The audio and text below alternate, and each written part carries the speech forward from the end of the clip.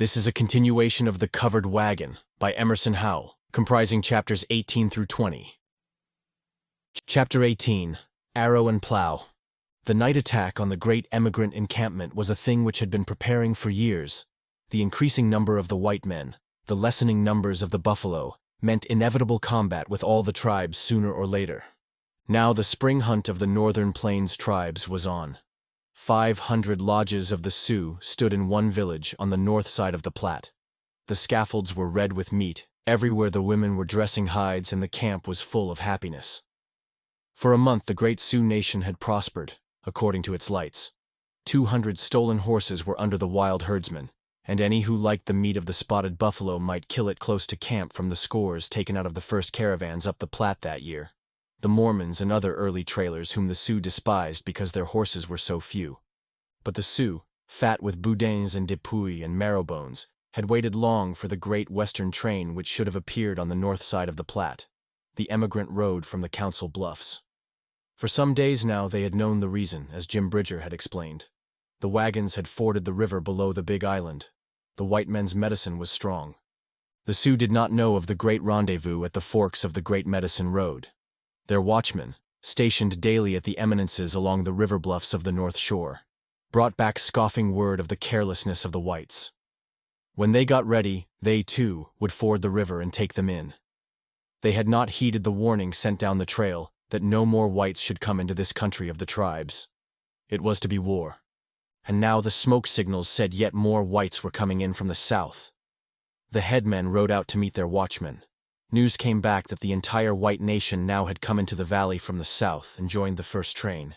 Here, then, was the chance to kill off the entire white nation, their women and their children, so there would be none left to come from toward the rising sun.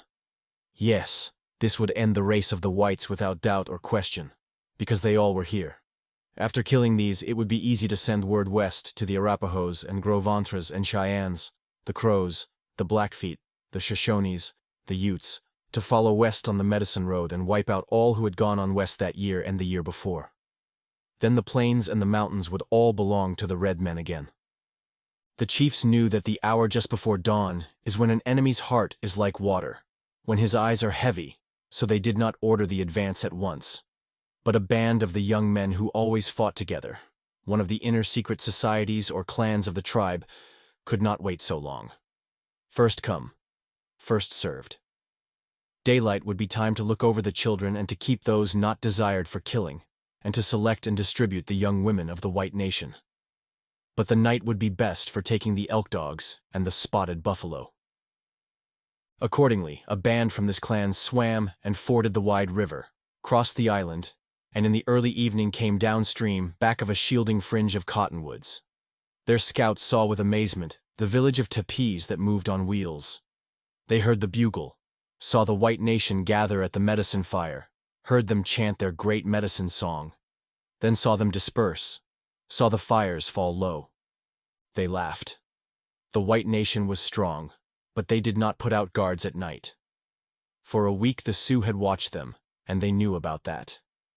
It would be easy to run off all the herd, and to kill a few whites even now, beginning the sport before the big battle of tomorrow, which was to wipe out the white nation altogether. But when at length, as the handle of the Great Dipper reached the point agreed, the line of the Sioux clansmen crawled away from the fringe of trees and out into the cover of a little slough that made toward the village of teepees on wheels. A quarter of a mile in front of the village, men arose out of the ground and shot into them. 5 of their warriors fell. Tall men in the dark came out and counted coup on them, took off their war bonnets, took off even more below the bonnets. And there was a warrior who rode this way and that, on a great black horse, and who had a strange war cry not heard before, and who seemed to have no fear. So said the clan leader when he told the story of the repulse. Taken aback, the attacking party found cover, but the Sioux would charge 3 times. So they scattered and crawled in again over a half circle. They found the wall of teepees solid, found that the white nation knew more of war than they had thought. They sped arrow after arrow, ball after ball, against the circle of the white teepees, but they did not break, and inside no one moved or cried out in terror. Whereas outside, in the grass, men rose up and fired into them and did not run back, but came forward. Some had short rifles in their hands that did not need to be loaded, but kept on shooting, and none of the white nation ran away. And the elk dogs with long ears and the spotted buffalo were no longer outside the village in the grass, but inside the village. What men could fight a nation whose warriors were so unfair as all this came to? The tribesmen drew back to the cottonwoods a half-mile. "My heart is weak," said their clan leader. "I believe they are going to shoot us all. They have killed 20 of us now, and we have not taken a scalp." "I was close," said a young boy whom they called Bull Gets Up, or the Sitting Bull. "I was close, and I heard the spotted buffalo running about inside the village. I heard the children. Tomorrow we can run them away. But tonight, what man knows the gate into their village? They have got a new chief today. They are many as the grass leaves. Their medicine is strong. I believe they are going to kill us all if we stay here." Thus the partisan. So they did not stay there, but went away. And at dawn Banyan and Bridger and Jackson and each of the column captains, others also, came into the corral carrying war bonnets, shields, and bows, and some had things which had been once below war bonnets. The young men of this clan always fought on foot or on horse in full regalia of their secret order, day or night. The emigrants had plenty of this savage war gear now. "We've beat them off," said Bridger, "and maybe they won't ring us now. Get the cookin' done, Captain Banyan, and let's roll out. But for your wagon park, they'd have cleaned us." The whites had by no means escaped scathless. A dozen arrows stood sunk into the sides of the wagons inside the park. Hundreds had thudded into the outer sides, nearest the enemy. One shaft was driven into the hard wood of a plow beam. 8 oxen staggered, legs wide apart, shafts fast in their bodies. 4 lay dead, 2 horses also, as many mules. This was not all. As the fighting men approached the wagons, they saw a group of stern-faced women weeping around something which lay covered by a blanket on the ground. Molly Wingate stooped, drew it back to show them. Even Bridger winced. An arrow, driven by a buffalo bow, had glanced on the spokes of a wheel, risen in its flight, and sped entirely across the enclosure of the corral. It had slipped through the canvas cover of a wagon on the opposite side as so much paper, and caught fair a woman who was lying there, a nursing baby in her arms, shielding it, as she thought, with her body. But the missile had cut through one of her arms, pierced the head of the child, and sunk into the bosom of the mother deep enough to kill her also. The two lay now, the shaft transfixing both, and they were buried there. And they lie there still, somewhere near the Grand Island, in one of 1,000 unknown and unmarked graves along the Great Medicine Road.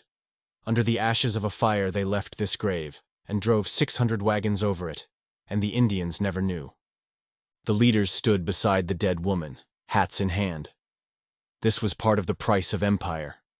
The life of a young woman, a bride of a year. The wagons all broke camp and went on in a vast caravan, the Missourians now at the front. Noon, and the train did not halt. Banyan urged the teamsters. Bridger and Jackson were watching the many signal smokes. "I'm afeard of the next bend," said Jackson at length. The fear was justified. Early in the afternoon, they saw the outriders turn and come back to the train at full run. Behind them, riding out from the concealment of a clump of cottonwoods on the near side of the scattering river channels, there appeared rank after rank of the Sioux, more than 2,000 warriors bedecked in all the savage finery of their war dress. They were after their revenge. They had left their village, and, paralleling the white men's advance, had forded on ahead. They came out now, 500, 800, 1,000, 2,000 strong, and the ground shook under the thunder of the hoofs. They were after their revenge, eager to inflict the final blow upon the white nation. The spot was not ill chosen for their tactics. The alkali plain of the valley swung wide and flat, and the trail crossed it midway, far back from the water, and not quite to the flanking sand hills. While a few dashed at the cattle, waving their blankets, the main body, with workmanlike precision, strung out and swung wide, circling the train and riding into arrow range. The quick orders of Banyan and his scouts were obeyed as fully as time allowed. At a gallop, horse and ox transport alike were driven into a hurried park, and some at least of the herd animals enclosed. The riflemen flanked the train on the danger side and fired continually at the long string of running horses, whose riders had flung themselves offside so that only a heel showed above a pony's back, a face under his neck. Even at this range, a half-dozen ponies stumbled, figures crawled off for cover. The emigrants were stark men with rifles. But the circle went on until, at the running range selected, the crude wagon park was entirely surrounded by a thin racing ring of steel and fire stretched out over 2 or 3 miles. The Sioux had guns also, and though they rested most on the bow, their chance rifle fire was dangerous. As for the arrows, even from this disadvantageous station, these peerless bowmen sent them up in a high arc so that they fell inside the enclosure and took their toll. 3 men, 2 women lay wounded at the first ride, and the animals were plunging. The war chief led his warriors in the circle once more, chanting his own song to the continuous chorus of savage ululations. The entire fighting force of the Sioux village was in the circle. The ring ran closer.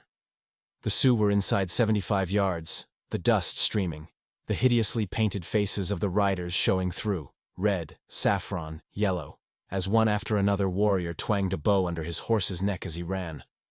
But this was easy range for the steady rifles of men who kneeled and fired with careful aim. Even the 6-shooters, then new to the Sioux, could work. Pony after pony fell, until the line showed gaps.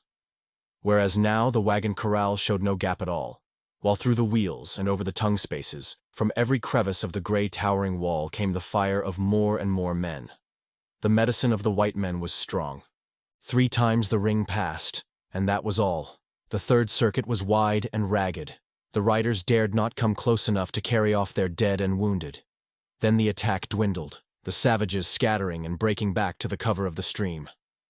"Now, men, come on!" called out Banyan. "Ride them down! Give them a trimming they'll remember! Come on, boys!" Within a half hour, 50 more Sioux were down, dead or very soon to die. Of the living, not one remained in sight.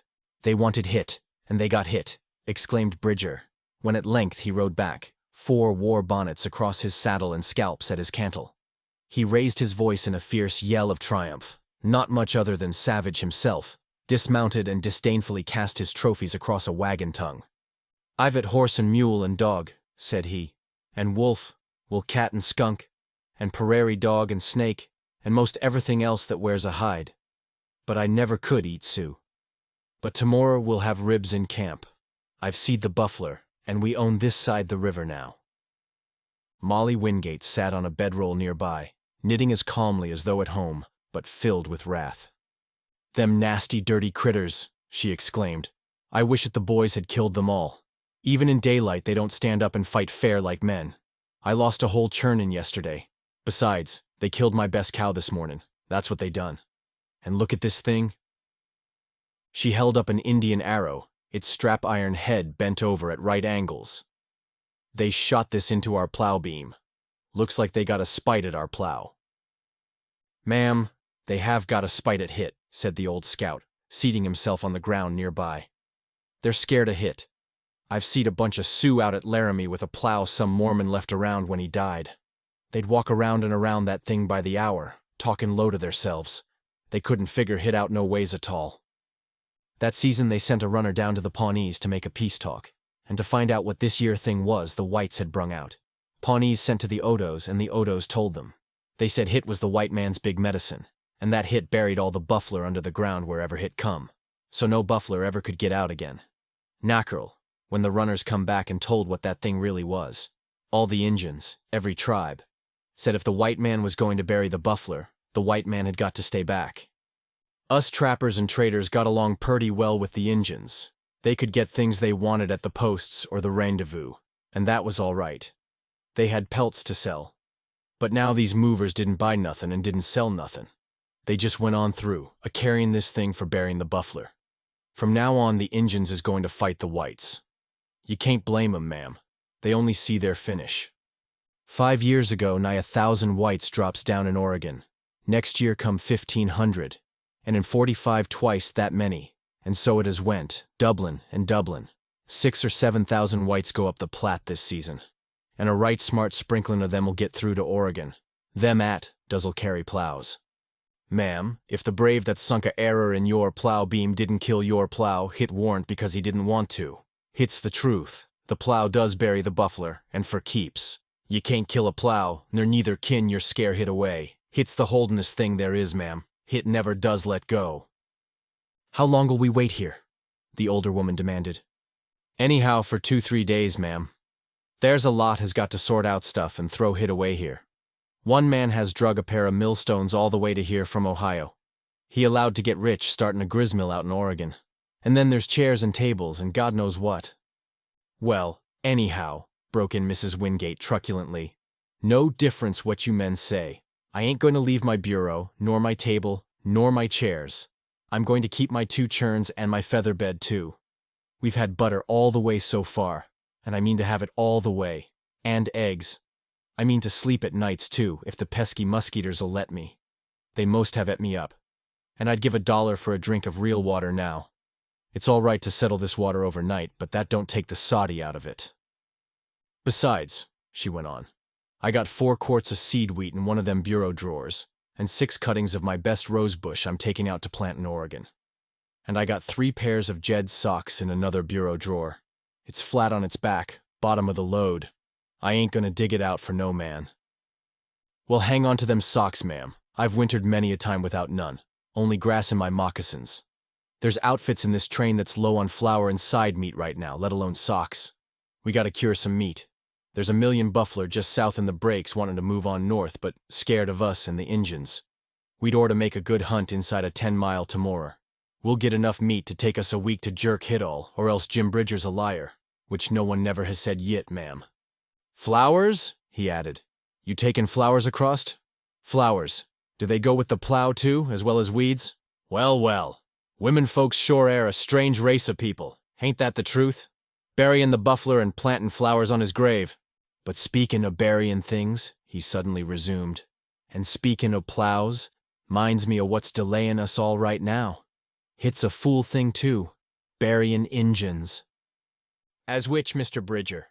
What you mean? Inquired Molly Wingate, looking over her spectacles. This new man, Banyan, that come in with the Missouri wagons, he taken hit on hisself to say, atter the fight was over, we ought to stop and bury all them Injuns. Well, I been on the plains and in the Rockies all my life, and I never yit, before now, seed a Injun buried. Hit's unnatural.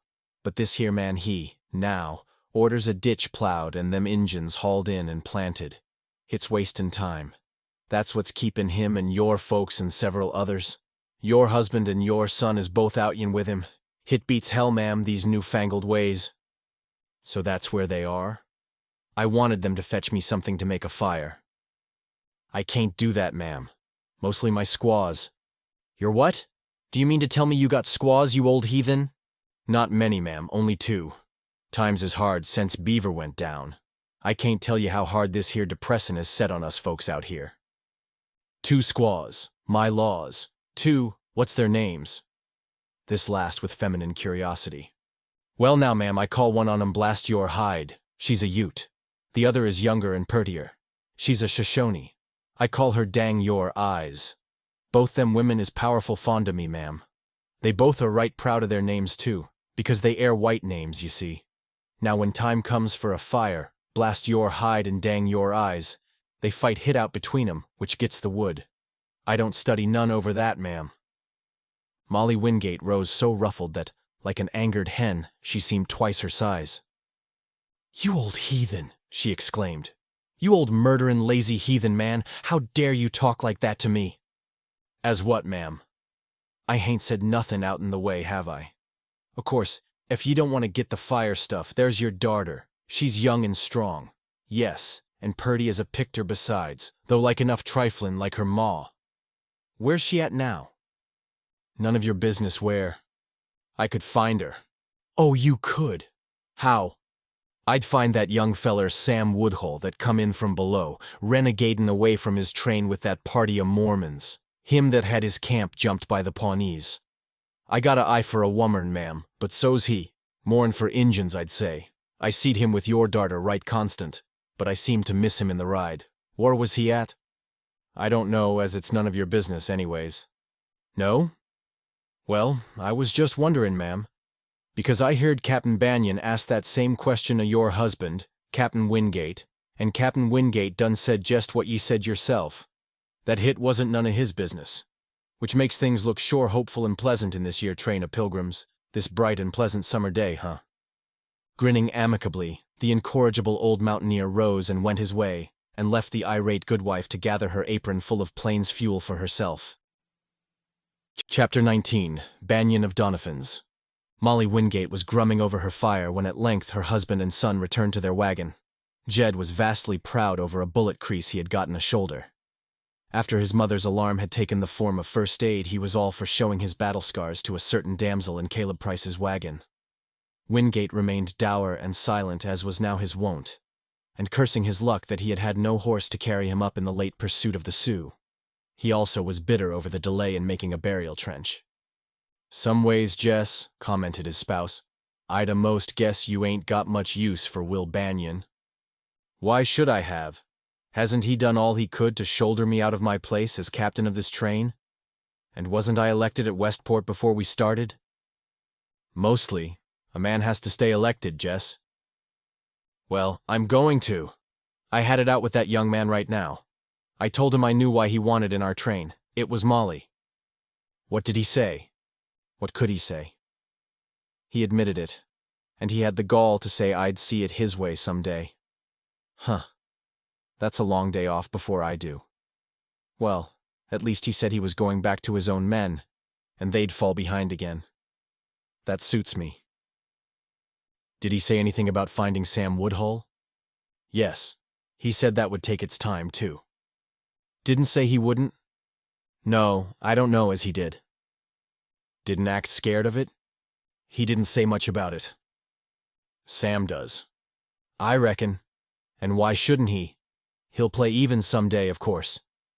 "But now, Molly," he went on with heat, "what's the use talking? We both know that Molly's made up her mind. She loves Sam, and don't love this other man any more than I do. He's only a driftabout back from the war and wandering out to Oregon. He'll maybe not have a cent when he gets there. He's got one horse, and his clothes, and 1 or 2 wagons, maybe not paid for. Sam's got 5 wagons of goods to start a store with, and 3,000 gold, so he says, as much as we have. The families are equal, and that's always a good thing. This man Banyan can't offer Molly nothing, but Sam Woodhull can give her her place right from the start, out in Oregon. We got to think of all them things. And I've got to think of a lot of other things, too. It's our girl. It's all right to say a man can go out to Oregon and live down his past, but it's a lot better not to have no past to live down. You know what Major Banyan done, and how he left the army. Even if it wasn't why, it was how, and that's bad enough. Sam Woodhull has told us both all about Banyan's record. If he'd steal in Mexico, he'd steal in Oregon. You didn't ever get so far along as to talk about that. We certainly did, right now, him and me, not half an hour ago while we was riding back. I shouldn't have thought he'd have stood it, said his wife. Him sort of fiery like. Well, it did gravel him. He got white, but wouldn't talk. Asked if Sam Woodhull had the proof, and I told him he had. That was when he said he'd go back to his own wagons. I could see he was avoiding Sam, but I don't see how, away out here, and no law, nor nothing. We're ever going to keep the two apart. They wasn't number. They did have it out, like schoolboys behind a barn. Do you suppose that'll ever do for a man of spirit like Sam Woodhull? No, there's other ways. And as I said, it's a far ways from the law out here, and getting farther every day, and wilder every day. It's only putting it off, Molly. But on the whole, I was glad when Banyan said he'd give up looking for Sam Woodhull this morning, and go on back to his own men. Did he say he'd give it up? Yes, he did. He said if I'd wait, I'd see different. Said he could wait. Said he was good at waiting. But he didn't say he'd give it up?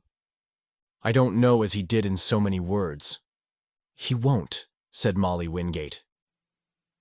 Chapter 20. The Buffalo. The emigrants had now arrived at the eastern edge of the great region of free and abundant meat. They now might count on at least 600 or 700 miles of buffalo to subsist them on their way to Oregon. The cry of, "Buffalo! Buffalo!" went joyously down the lines of wagons, and every man who could muster a horse and a gun made ready for that chase which above all others meant most. Whether in excitement, or in profit. Of these hundreds of hunters, few had any experience on the plains. It was arranged by the headmen that the hunt should be strung out over several miles, the Missourians farthest down the river, the others to the westward, so that all might expect a fairer chance in an enterprise of so much general importance. Banion and Jackson, in accordance with the former's promise to Wingate, had retired to their own train shortly after the fight with the Sioux. The Wingate train leaders therefore looked to Bridger as their safest counsel in the matter of getting meat. That worthy headed a band of the best-equipped men and played his own part in full character. A wild figure he made as he rode, hatless, naked to the waist, his legs in Indian leggings and his feet in moccasins. His mount, a compact cayuse from west of the Rockies, bore no saddle beyond a folded blanket cinched on with a rawhide band. For weapons, Bridger carried no firearms at all, but bore a short buffalo bow of the Pawnees, double-curved, sinew-backed, made of the resilient bois d'arc, beloved bow wood of all the plains tribes. A thick sheaf of arrows, newly sharpened, swung in the beaver quiver at his back. Lean, swart, lank of hair, he had small look of the white man left about him as he rode now, guiding his horse with a jaw rope of twisted hair and playing his bow with a half-dozen arrows held along it with the fingers of his left hand. "For buffler the bow's the best," said he. "I'll show ye before long." They had not too far to go. At that time, the short-grass country of the Platte Valley was the great center of the bison herds. The wallows lay in thousands, the white alkali showing in circles which almost touched edge to edge. The influx of emigrants had for the time driven the herds back from their ancient fords and watering places, to which their deep-cut trails led down, worn ineradicably into the soil.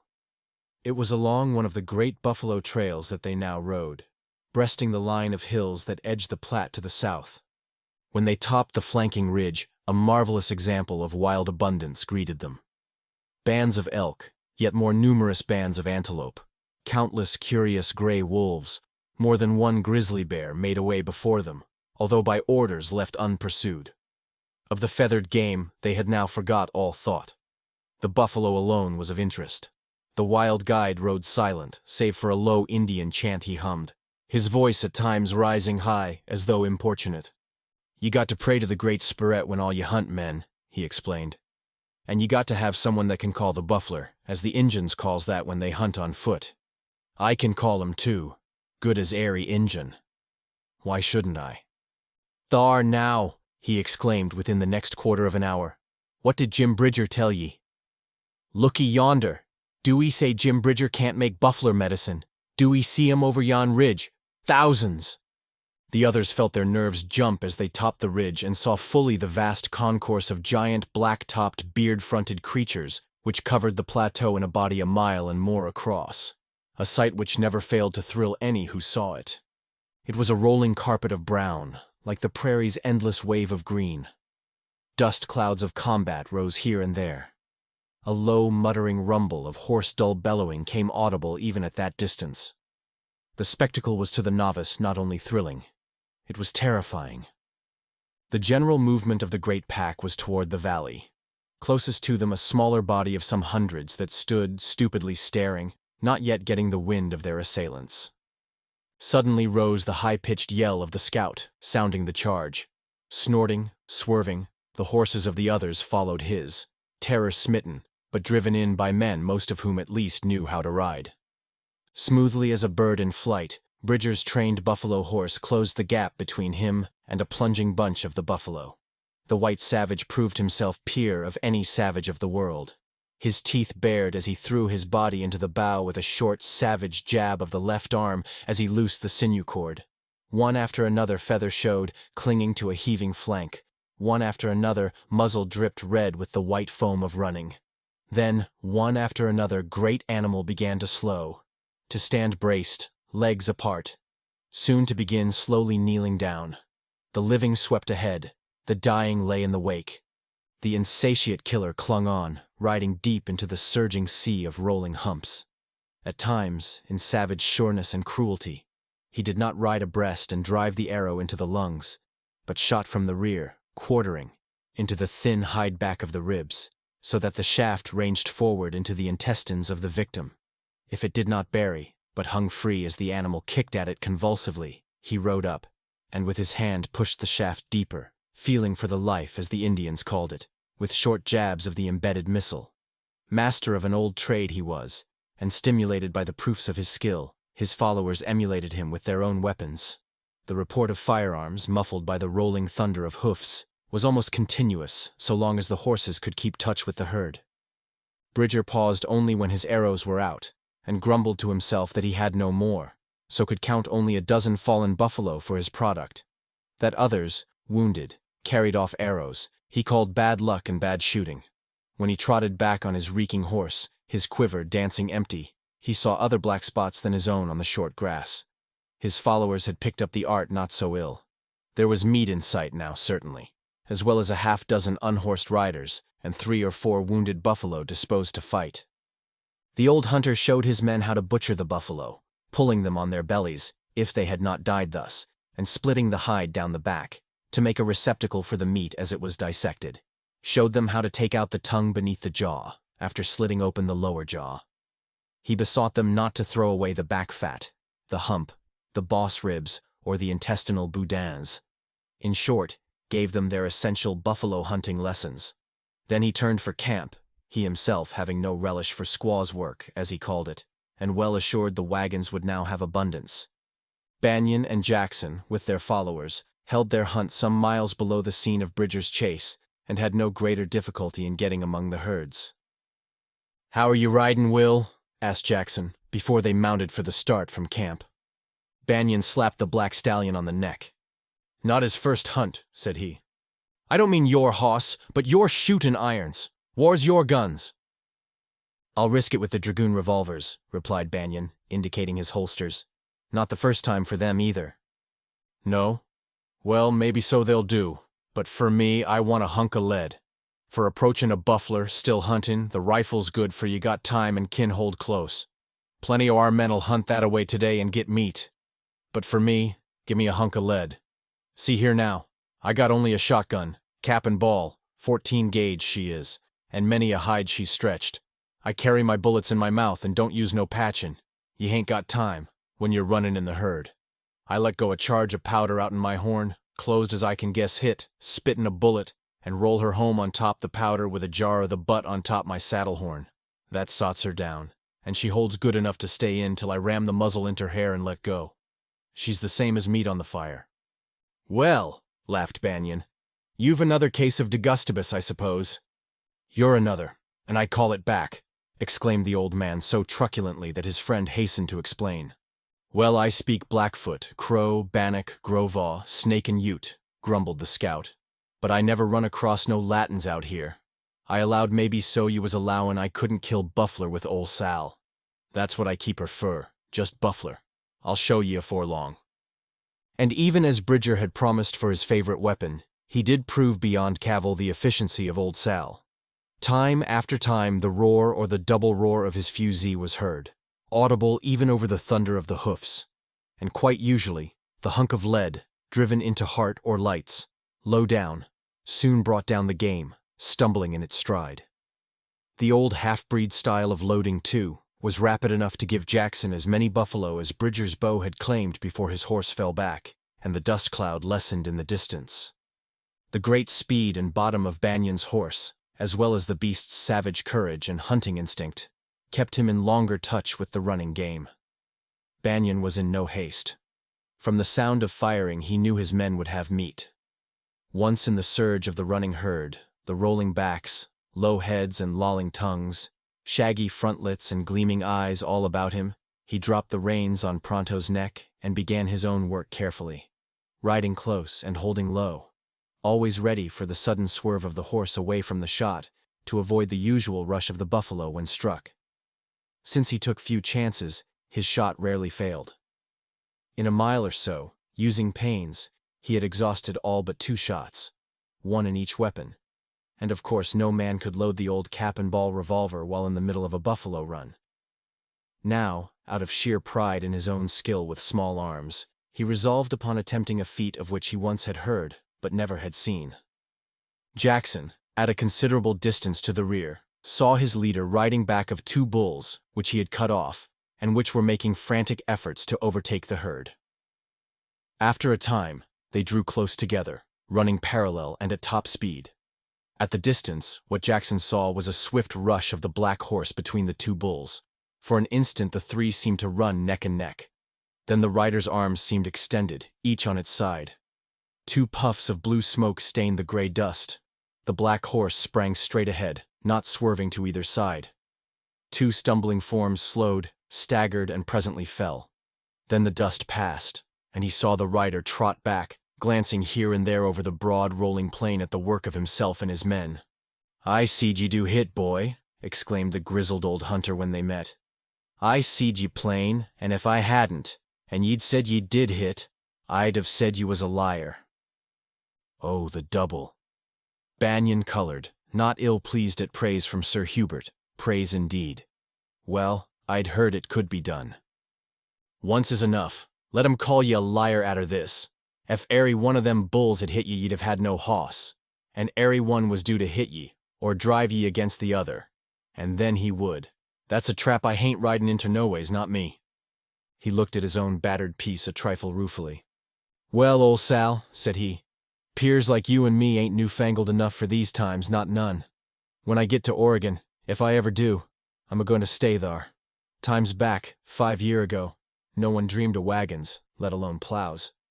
Fust thing, they'll be making plows with wheels, and rifles that's 6-shooters too." He laughed loud and long at his own conceit. "Well, anyways," said he, "we got meat. We've licked one red nation and got enough meat to feed the white nation, all in a couple of days. Not so bad, not so bad." And that night, in the 2 separate encampments, the white nation, in bivouac, on its battleground, sat around the fires of Bois de Vache till near morning, roasting boss ribs, breaking marrow bones, laughing, singing, boasting, shaking high their weapons of war, men making love to their women, the Americans, most terrible and most successful of all savages in history. But from one encampment, 2 faces were missing until late: Banyan and Jackson of the Missourians. Sam Woodhull, erstwhile column captain of the great train, of late more properly to be called unattached, also was absent. It was supposed by their friends that these men might be out late, superintending the butchering, or that at worst they were benighted far out and would find their way to camp the next morning. Neither of these guesses was correct. Any guess, to be correct, must have included in one solution the missing men of both encampments, who had hunted miles apart. This concludes the 5th part of 12 total of The Covered Wagon by Emerson Hough, produced by Best Audiobooks for free.